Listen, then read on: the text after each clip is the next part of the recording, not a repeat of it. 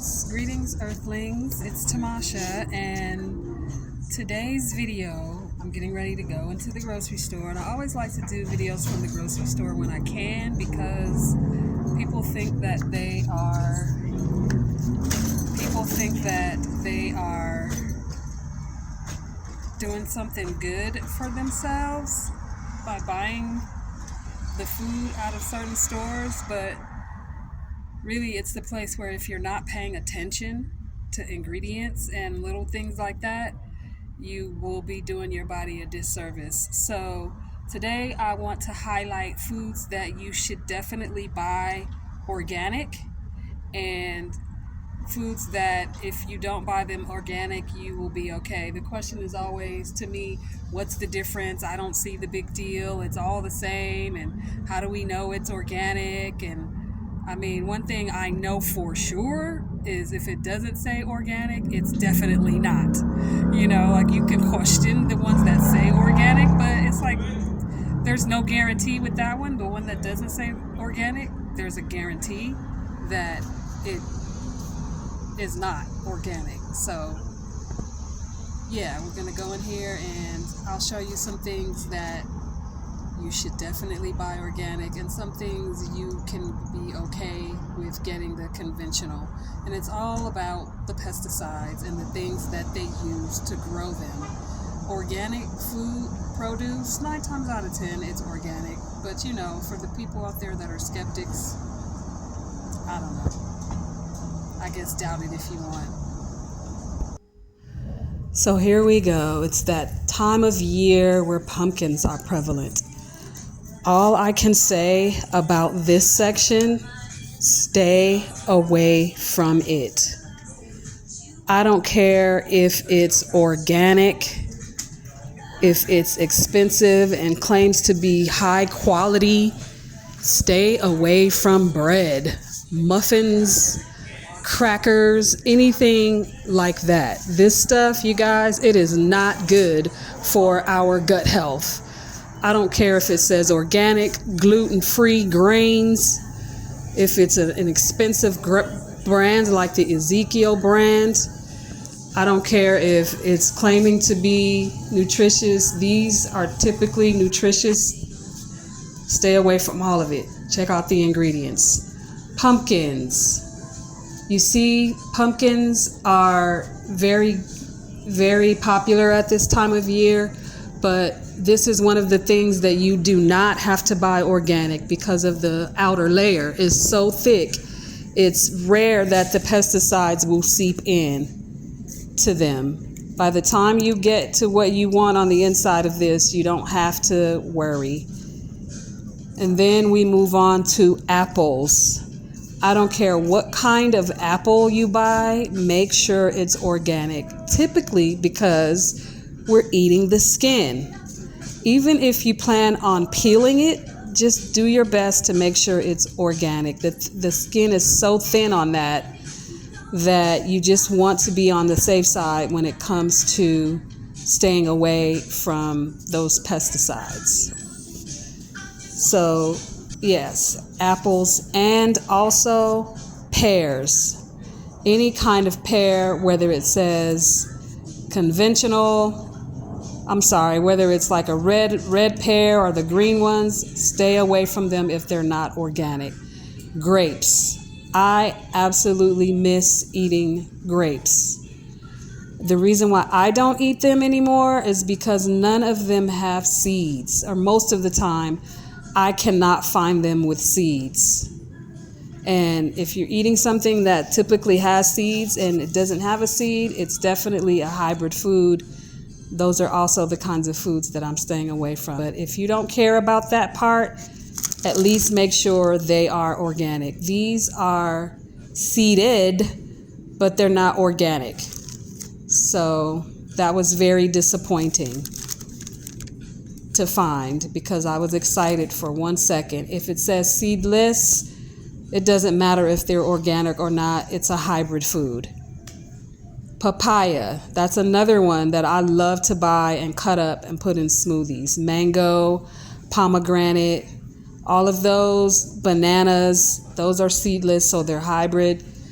Any of those. Lemons have a thick shell. Oranges have a thick outer layer, which lately have been seedless, so it doesn't really matter if they're organic. It's a hybrid food. But get organic if you don't care about that. But all of these fruits right here are okay to buy non-organic. Peaches. Peaches are right there in the apple category with the grapes.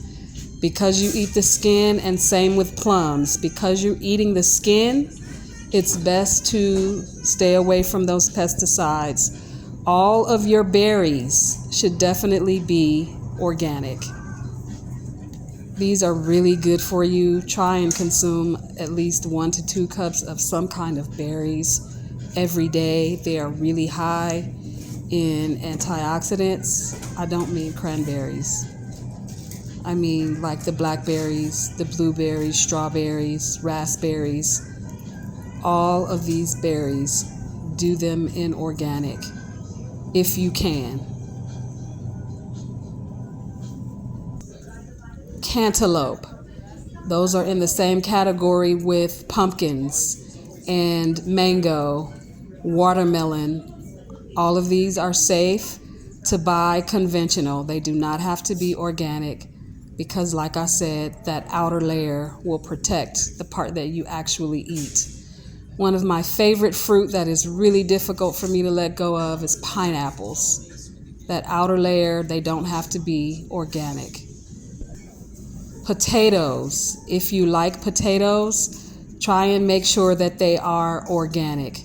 The original potato is the little small red rose potato is what it was called. Stick with those if you can. Any other ones, if you're going to buy potatoes, it doesn't matter what kind, try and find them organic, even if you're peeling it. Squash. I actually said that I was going to challenge myself to try the spaghetti squash.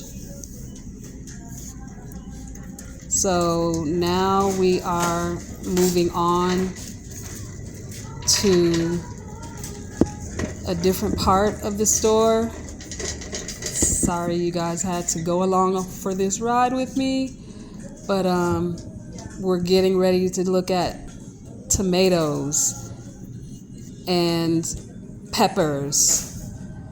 Peppers right here, definitely buy organic. They're quite expensive either way, in my opinion, all other than the green ones, but get them organic. Tomatoes, same thing. I like to use the little ones. You notice the peppers, when they come in this bag, they're only 2 in there. At one point, there used to be 3, and now there's only 2. They're expensive.